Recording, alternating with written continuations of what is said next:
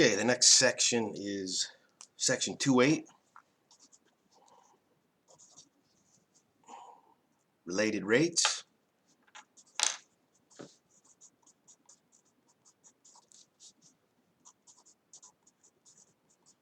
And this will be the first use of derivatives that we'll have had. It involves implicit differentiation. And the problems can be difficult. I mean, any sort of style of problem can be made as easy or as difficult as desired. So we'll look at today, the first lesson when I do this, I try to keep to simple problems, and the second session show some more advanced stuff. But I want to start out by setting the stage, what's happening. So the typical shape is a rectangle, and this could model a room, a field, could model a lot of things. And man loves rectangles and circles. So there's dimensions of interest. I have the width, the length, or the height. It doesn't matter what you call them, but there's two linear dimensions, and the area might be of interest. So if this is a fixed rectangle, we know that the area is equal to xy. And if this thing doesn't change, if this rectangle is fixed, this area remains unchanged, and we sit and we stare at it. We know the area, and we're done. But under some circumstances, this rectangle may be changing in size, maybe expanding. So at one moment in time it may be this size, at the next moment in time it may be a larger size.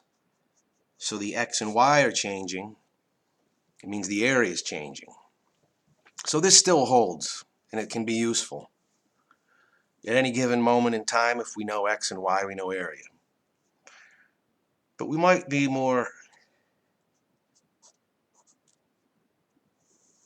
satisfied, and I'm just repeating this. I'm just going to put it on the next. So this is expanding. Right? It's going this way.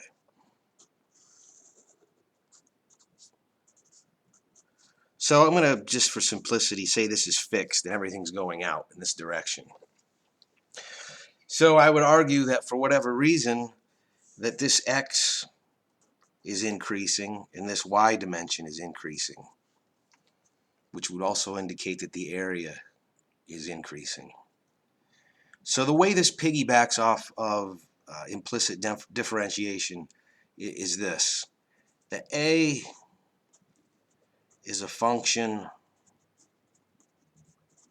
of x and y explicitly. We talked about that in the previous section. If I know x, I know y, pop them in, I know a. But what's hidden here is that all three of these are dependent on time. They're changing over time. So they are functions of time, which we'll use t, implicitly. Now what does that mean? That means I don't know necessarily what that relationship is. I know what this relationship is. That's an explicit relationship. But writing a, what's happening with a as a function of t, or x as a function of t, or y as a function of t, I might not know. But I do know there is one. So that's why we say that they're functions of time implicitly. And what this allows us to do using our implicit differentiation, like I said, this still holds and has value, but it's going to allow us to write another equation we call a rate equation. And that equation can be used to answer different types of questions. So I'm going to do a problem based on this exact scenario, and I'm going to write a strategy over here. One thing I should add, when you deal with word problems, it's difficult to write down steps 1 through 7 and say, here it goes, go do them, because different word problems can have different, curveballs, different aspects, different quantities known and unknown. So it's just sort of a general guideline.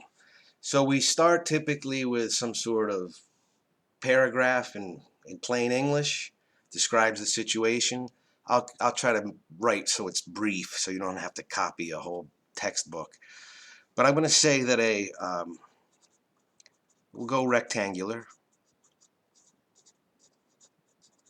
field. So that is just an application of a rectangle is on fire.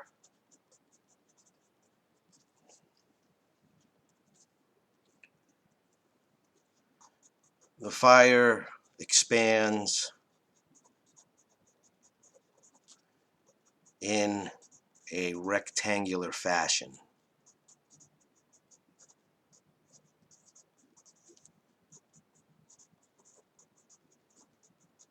So in other words, the sketch that was just on the last sheet applies. So step one, and there's more to this, there's going to be more to this, is a sketch. So we're going to start with this very simple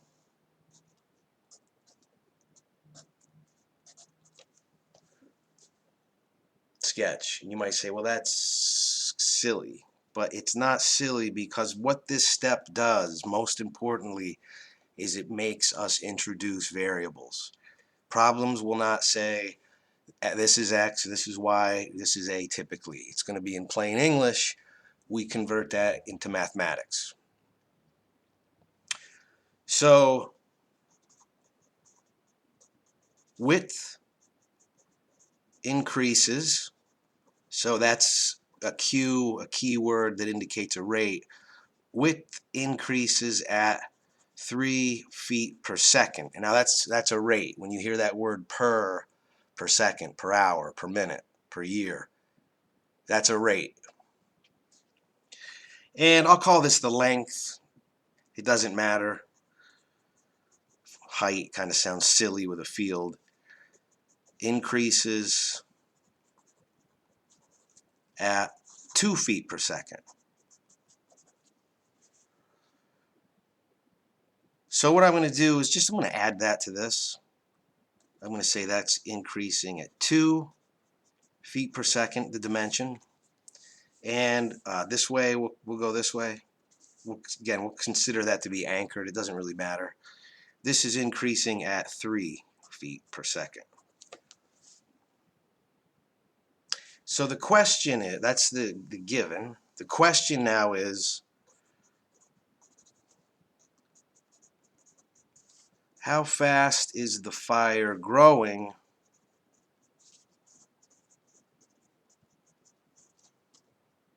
when it is 100 by 100 feet? So look at the question carefully. What it's saying is there's a moment in time, one instance when this thing is 100 by 100. At that moment in time, I want to know how fast it's growing. So the difference between this and area, we're not so much interested in the area, we're interested in the rate of change of the area. So step 2 is to write what I call a static equation. This is an equation that relates this information with no reference to any rates. The variables involved are a, x, and y. So that static equation is what we had before, a equals x times y. Now this isn't a static problem, but that's a static equation. At any given moment, you freeze it, a is xy. In fact, at this particular moment in time, for what it's worth, which isn't worth a whole lot, the area is 10,000 square feet, 100 by 100. Now this is the key step. Well, this is the precursor to the key step. Identify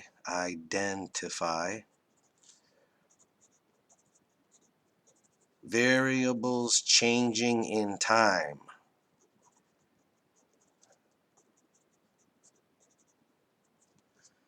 Now in this problem, it's clear if x is increasing, y is increasing, a is also increasing. So they're all changing in time. That does not have to be the case. Some can remain fixed. Like for one example, this could be growing in just one direction, where y would be fixed, but that's not the case here. So the way I do that, and you can do it different ways, you can even just do it in your head. I write this explicitly. A is a function of time, again, implicitly.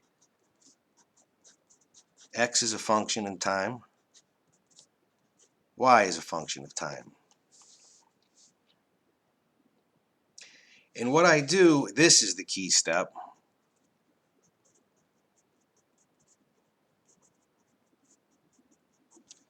Differentiate implicitly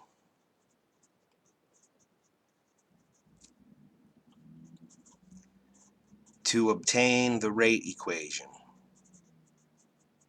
Now this is a little bit different than the last section because it's not y implicit in x, it's these implicit in time.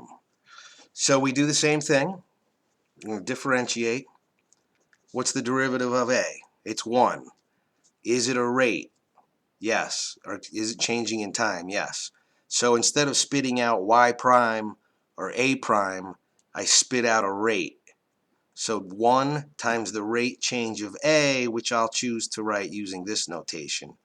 That is the rate of change of the area. That is how fast the rectangle is changing. That is how fast the fire is growing. Now I have a product.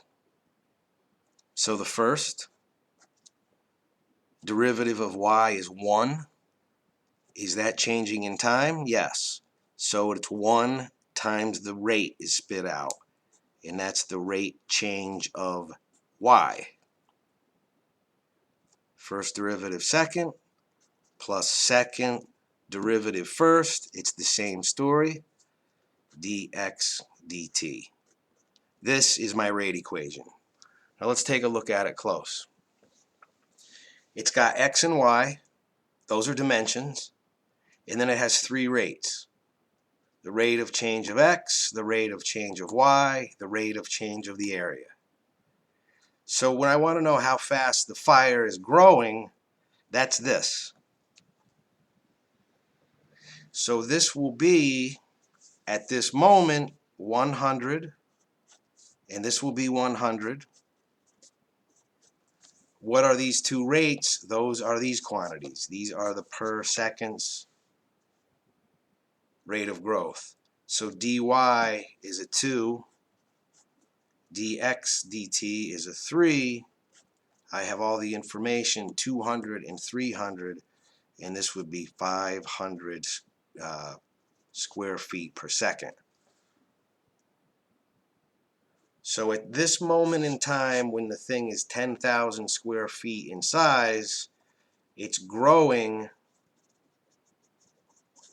at 500 square feet per second.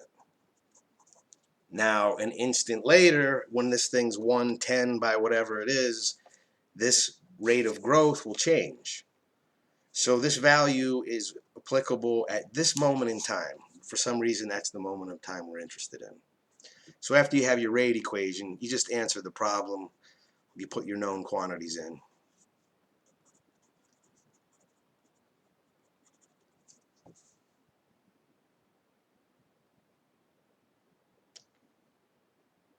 Okay?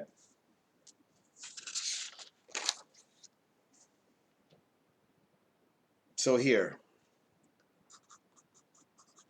air enters a balloon. So this is a volume now. This is 3-dimensional. So we're going to put air into a balloon at a rate of, and it doesn't say, oh, it does say rate. This is the first example in the book. 100 cubic centimeters per second.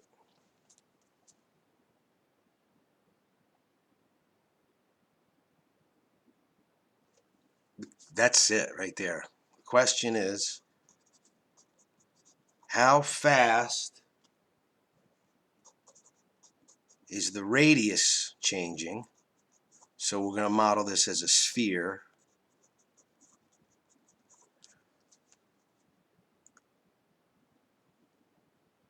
When the radius is 25. So again, that's the moment, the freeze frame, when r, equals 25. Okay, so a sketch, a balloon, we'll picture it as a sphere. That's a pretty bad sphere. But one variable defines a sphere, just like a circle, and that's r. And we're interested in the volume. Now, why do I say volume? Because when I entering air into this is a volume of air. So the volume of air going into the balloon is changing the volume of the balloon. Think about when you blow up a balloon. Say you're blowing air into it at a constant rate. When you start off, it moves pretty quick. But when you have that balloon big and you put the same amount of air into it, it's barely moving. So we're freezing it at this moment in time, and we want to know how fast the radius is changing. So the equation of interest here is the volume formula for a sphere, 4/3 pi r cubed. So there's one variable here, and that's r. Pi, of course, is a constant. What's changing in time? Well, we're adding volume. And if we're adding volume, if the volume's changing, r is clearly changing. So again, both variables are related to time. Okay, same process. Now remember, this is just one big fat constant right here, 4/3 pi.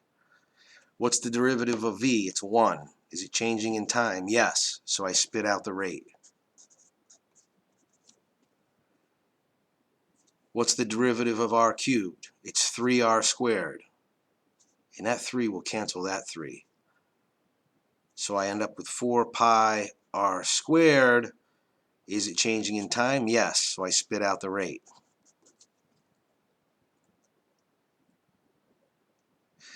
Now one thing to notice here, what is this given quantity? This is the change in volume. So we're actually looking how fast is the radius changing. We're trying to find this quantity. So I'm going to rearrange the formula. I'm just going to divide by this. So this is dv dt times 1/4 pi r squared. How fast is the radius changing right here? So I know dv dt. I know 1 is 1. Pi is pi. And I have been given r as well to be 25.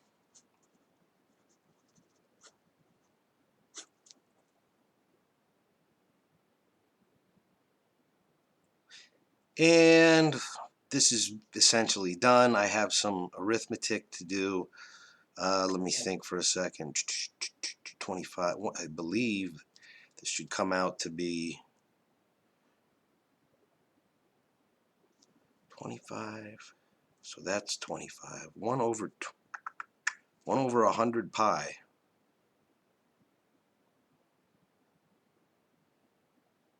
No, 1/25 pi. This is 25 and 25. Just doing arithmetic. This is minutia. 441. Yeah, 1/25 pi centimeters per second.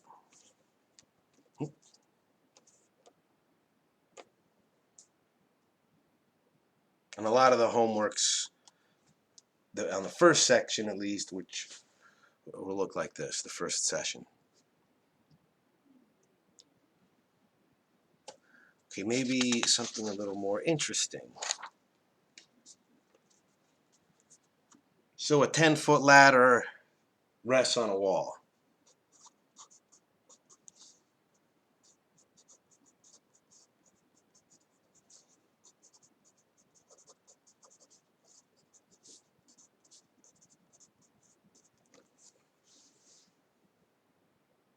The bottom slides away at a rate of 4 feet per second. Someone pulling the bottom away at a constant speed.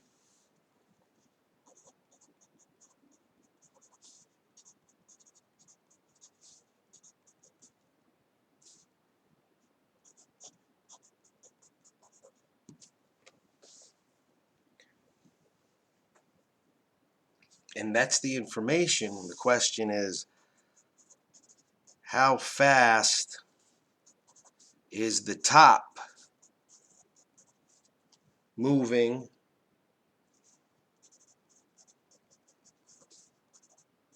when, and this is the freeze frame, when the bottom is 6 feet from the wall.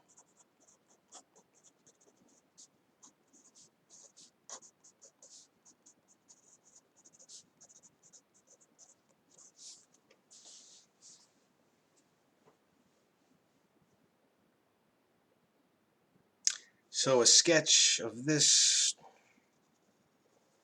there's a wall, there's a floor, and there's a 10-foot ladder. I'll label it as such. And this is my bottom point, which I know that's speed, and this is my top point, which I'm interested in. So I'll introduce some variables. How about we just use x and y again? So I can see this thing is going like that. X and y are changing. 10 will be 10. So if I think about what I'm looking at a right triangle. So an appropriate static equation that would relate these would be the Pythagorean theorem. So I would say x squared plus y squared equals 10 squared.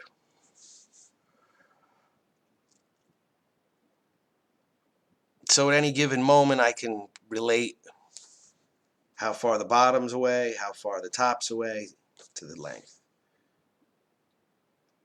What's changing in time? Well, again, both of these are, right?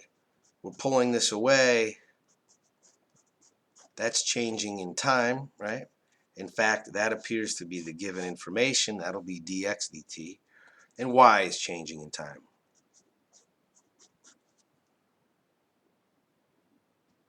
So these will both be the same. 2x changing in time, yes, spit out a rate. 2y, y changing in time, yes, spit out a rate. Derivative of a constant is 0, and we have a rate equation. So what am I solving for? Well, I know dx dt, that'll be a known. How fast is the top moving? That's dy dt.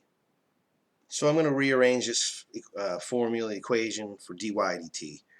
So 2y dy dt equals negative 2x dx dt. If I divide by 2y, the 2's go away. Negative x over y dx dt.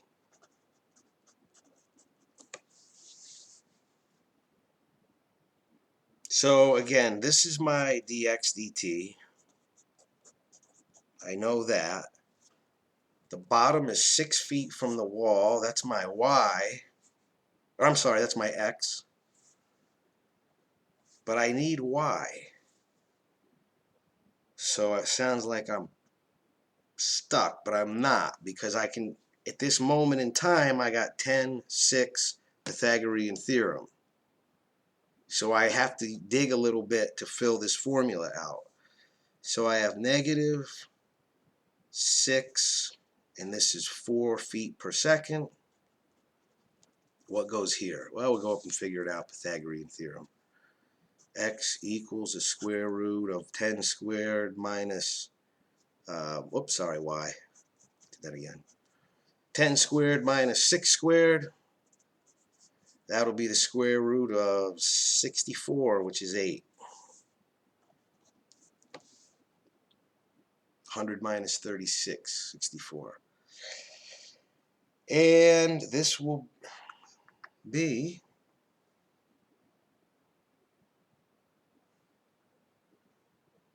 I have these upside down. God damn it. Sorry, this is 6. This is 8. My bad. I had the x's and y's screwed up. 6 and 8. So that'll end up as negative 3 feet per second. So at this moment, I'm going to change the picture to a single freeze frame in time. This thing is moving at 3 feet per second, and the negative indicates down. Oh. You might say, well, if this is constant, is this constant?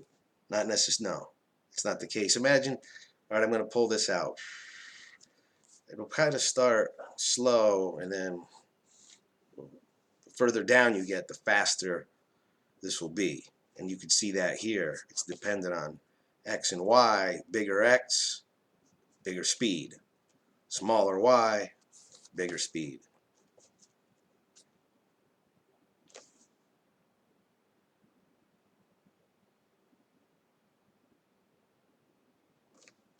So those are the elementary ones. The only difference typically in harder problems is the setup.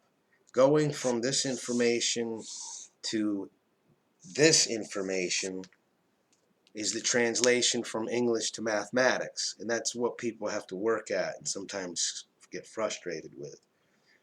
So a lot of the beginning problems are, the level of the first two.